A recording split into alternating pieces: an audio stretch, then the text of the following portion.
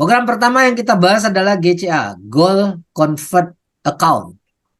Ya, ini namanya GCA atau Gold Convert Account.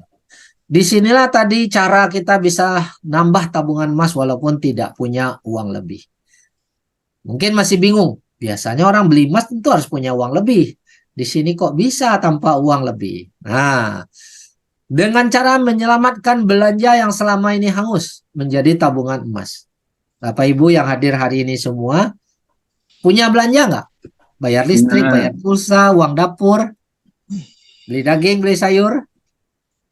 Punya uang belanja? Punya. Pasti semua punya uang belanja ya. Nah, selama ini belanja itu balik lagi atau hilang hangus? Hilang. Hilang hangus nggak kembali karena sudah jadi barang, betul nggak? Sudah jadi daging, sudah jadi sayur ya. Nah, dengan konsep GCA ini Bapak Ibu, belanja yang tadinya selama ini hangus bisa menjadi tabungan emas Bapak Ibu. Nah, sekilas mari kita lihat kok bisa. Nah, biar Bapak Ibu mudah paham, sekilas program ini mirip dengan sistem gadai, tetapi banyak perbedaannya. Sekilas mirip dalam hal apa? Mari kita lihat. Sama-sama misalnya kalau kita punya emas, kita sudah beli, apakah belinya tadi 1 jam yang lalu, atau sehari yang lalu, atau setahun yang lalu. Terus suatu hari kita butuh uang tunai, kita nggak mau jual emasnya. Karena ini kita mau simpan untuk tabungan masa depan. Tapi kita butuh uang tunai nih. Nah, tapi nggak mau jual emas. Caranya adalah kita bawa ke sebuah perusahaan. Misalnya kalau konvensional punya cara, ada bank syariah, ada pegadaian yang menerima emas dititip di sana, kita dikasih uang tunai. Jadi emasnya tidak dijual tapi dititip Bapak Ibu. Oke. Tidak dijual tapi dititip. Kita bawa pulang uang tunainya, emasnya masih punya kita, statusnya dititip. Ya. Nah, itu cara di sistem gadai.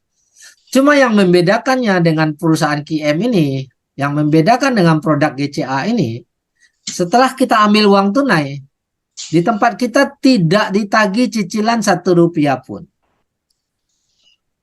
Tapi kalau sistem gadai tadi Bapak Ibu ditagih cicilan Bapak Ibu. Ya, di tempat kita tidak ada cicilan. Terus uang yang kita ambil kapan kita boleh kembalikan? Kita kembalikan saat harga emasnya sudah naik kita jual. Kita boleh perintah jual tanpa perlu ditebus Bapak Ibu. Hasil penjualan itulah nanti untuk bayar uang tunai yang sudah kita bawa dan kelebihannya dikembalikan buat kita. Nanti dihitung ada jasa titipnya. Jadi simpel, jadi kita udah dapat uang tunai, nggak perlu pusing, nggak ada beban sama sekali. Rp1 pun nggak ada tagihan. Enak nggak tuh? Kalau Rp1 ada dapat tunai nggak ditagih lagi Rp1 pun. Enak nggak Bapak Ibu? Kenapa bisa tiap hari beli emas? Dan tidak ada resiko. Nah, tidak ada resiko barang kita dilelang. Sampai kapan? Sampai kapanpun kita mau. Kita yang tentukan. Apakah 1 tahun? Boleh. 10 tahun? Boleh. 50 tahun? Boleh juga Bapak Ibu. Dan barang kita tidak dilelang walaupun Rp1 pun kita tidak pernah cicil. Nah, nanti ada manajemen fee hanya 3,5% per tahun. Ya, ini manajemen fee ini bisa disebut jasa titip, bisa disebut bagi hasil. Kenapa disebut bagi hasil? Karena kita sudah jual dulu, sudah untung dulu baru dihitung. Ya. Tidak ada kontrak karena dia auto perpanjang dan kita boleh terminate kapan saja kita mau. Terminate artinya kita boleh jual emas itu tadi tanpa perlu ditebus. Kapan saja kita mau. Jadi kita yang tentukan kapan kita mau jual. Bukan perusahaan yang tentukan. Oke. Jadi boleh kita tunggu sampai harga emas naik banyak? Boleh. Nah, itulah kelebihan daripada konsep GCA ini Bapak Ibu. Oke. Dengan begitu, semakin banyak kita konversi emas ambil tunai, semakin banyak tabungan emas kita terkumpul Bapak Ibu.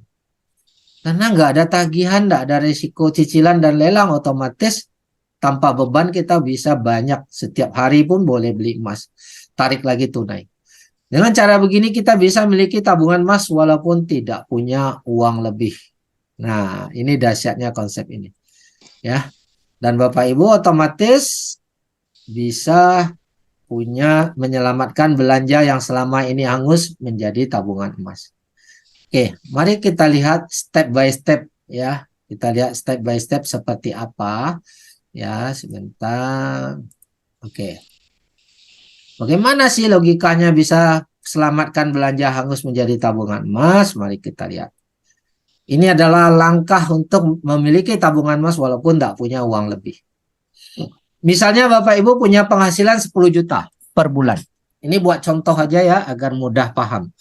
Karena setiap orang ada penghasilannya di bawah 10 juta, ada yang mungkin lebih dari 100 juta per bulan ya. Kita ambil contoh 10 juta aja per bulan. Biasanya saat kita dapat penghasilan, uang ini dibelanjakan langsung, betul nggak? Bayar cicilan, bayar listrik, bayar air, kasih istri untuk beli sayur, beli daging di pasar, ya kan? Beli bensin, dan lain-lain. Akhir bulan, uangnya habis Bapak Ibu. Tunggu lagi ada penghasilan berikutnya. Kalaupun ada lebih, lebihnya dikit. Nggak bisa nabung banyak emas. Nah, dengan konsep GCA ini, sebelum 10 juta ini Bapak Ibu pakai, belikan dulu emas Bapak Ibu. 10 gram. Belikan emas 10 gram. Maka uang 10 jutanya habis dong menjadi emas 10 gram. Lah, kalau uang habis gimana dong mau bayar uang dapur, bayar cicilan listrik? Supaya ada uang, kita GCA-kan kembali. Dalam 1 atau 2 hari kerja, udah masuk 8,5 juta ke rekening kita uang tunai kembali. Walaupun kita sudah ambil tunai 8,5 juta, emas yang 10 gram ini tetap punya kita Bapak Ibu. Karena statusnya tidak kita jual. Jadi dititip saja. Maka di bulan pertama Bapak Ibu udah punya tabungan emas 10 gram. Uang yang 8,5 juta Bapak Ibu bisa nggak untuk Bapak Ibu belanjakan? Untuk kebutuhan harian tadi setiap bulan. Boleh respon? Bisa ya? Beli sayur, beli daging, bayar listrik bisa Bapak Ibu. 8,5 juta ini tidak ditagih cicilan, tidak ada resiko lelang. Jadi emasnya 10 gram aman. Enak nggak tuh? Bisa tarik lagi uang tunai, otomatis tetap bisa belanja, tapi kita nggak ditagih cicilan nih. Enak banget itu Pak. Enak ya? Kali tuh Pak. Nah, inilah keunggulan kita Bapak Ibu. Bulan kedua, dapat lagi 10 juta, beli lagi emas, tarik lagi tunai. Terus sudah bisa belanja. Maka tabungan emas kita bertambah lagi 10 gram Bapak Ibu. Ini adalah salah satu prinsip orang-orang kaya di dunia Bapak Ibu. Orang kaya di dunia, mereka dapat uang, mereka nggak simpan uang karena mereka tahu uang itu akan habis terkena inflasi. Tapi mereka tabung dulu dalam bentuk aset. Salah satu asetnya adalah emas. Mereka tabung dulu, baru sisanya belanja. Orang biasa terbalik. Orang biasa belanja dulu, kalau ada lebih baru tabung. Ya, kalau lebih baru tabung. Tapi orang kaya enggak. Dia nabung dulu dalam bentuk aset, baru sisanya belanja. Nah, di sini kita ngikutin pola kerjanya orang kaya dalam mengumpulkan kekayaan. Dapat uang, langsung jadikan aset dulu. Baru GCA kan. Dapat aset 10 gram. Berarti kita hanya sisihkan 1,5 juta, sisanya kita udah boleh belanjakan. Bulan ketiga, bulan keempat, dan seterusnya. Setiap bulan nambah emas kita 10 gram Bapak Ibu. 1 tahun menjadi 120 gram. Oke, tanpa kita sadari, dan itu bukan dari uang lebih. Dari uang apa tadi? Dari uang belanja. Yang selama ini harian. hangus belanja harian. Sebelum kita belanja, jadikan emas dulu. Oke, 10 tahun bisa terkumpul. Oh ya. Ya. 5.000. 10 tahun bisa terkumpul 1.200 gram Bapak Ibu. Nah, bandingkan kalau kita tabungnya emas biasa saja, tidak lewat sistem GCA ini. Kan ini tadi ada uang kita nih 1,5 juta ditabung, kalau langsung beli emas saja gimana? Kalau kita beli emas di toko, hanya dapat 1,5 gram setiap bulan. Setahun dapat 18 gram saja. Ya, 10 tahun Mari kita bandingkan. Kalau di sistem KCA kita bisa simpan 1.200 gram atau 1,2 kilo. Tapi di tabungan emas biasa kita hanya simpan 180 gram. Mana yang lebih menguntungkan? Punya 1.200 gram atau hanya punya 180 gram?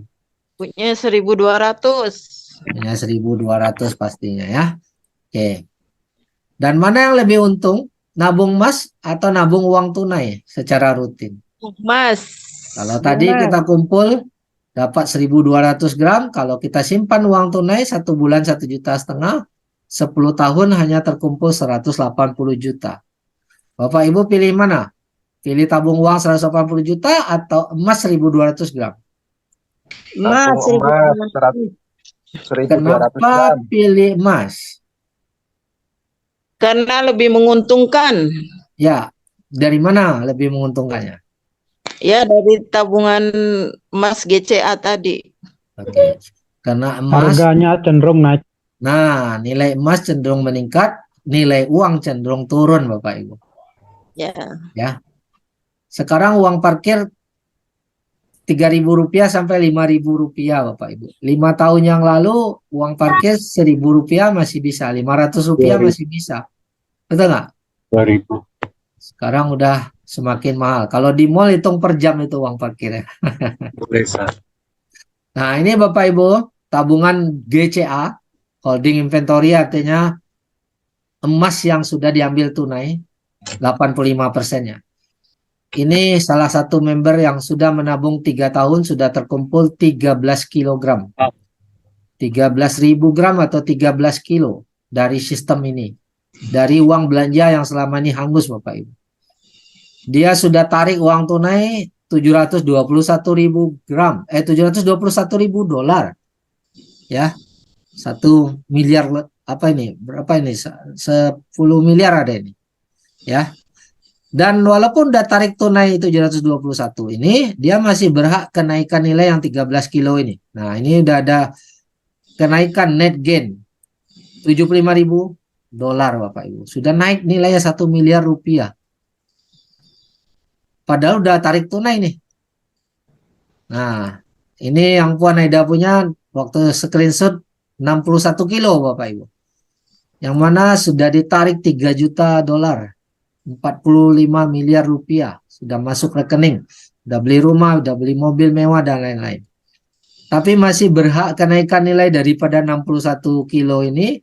Masih berhak untuk menerima kenaikan nilainya. Ini kenaikan nilai saat harga emas naik. Ini aja kenaikan nilainya udah 6 miliar Bapak Ibu. Padahal udah ambil tunai. Nah inilah dahsyatnya program GCA tadi. Ya, ini bukti sekaligus menjadi bukti buat kita semua. Ya, kalau orang-orang yang bisa mendapatkan sampai puluhan kilo, kira-kira Bapak Ibu bisa nggak? Insya Allah. Insya Allah bisa. Kalau kita mau ya. Insya Allah bisa. Bisa Oke. asal konsisten. Ya, yang penting yakin dulu ya. Selama Bapak Ibu yakin, insya Allah keyakinan itu adalah doa yang terkabul Bapak Ibu. Harus bisa. Amin ya. Manajemen fee yang 3,5% ini juga beban. Semakin lama emas tidak dijual, beban manajemen fee juga besar. Semakin banyak GCA, profit yang didapat juga akan tipis. Dibanding tidak di GCA, beli biasa, nggak utang. Gitu, Pak. Oke. Pertanyaan ini sebenarnya pertanyaan yang sangat bagus.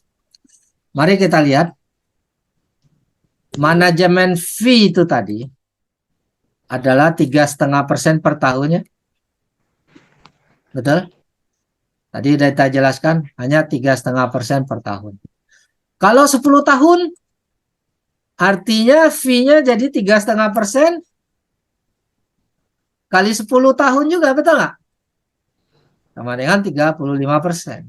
Nah, menurut Pak Taufan tadi, ini akan membuat untung kita makin tipis. Benarkah demikian? Nah, mari kita lihat realitanya, Bapak Ibu. Kita cek dulu fakta di market. Bapak Ibu bisa buka goldprice.org. Pergerakan harga emas secara real time, Bapak Ibu. Secara real time, ya.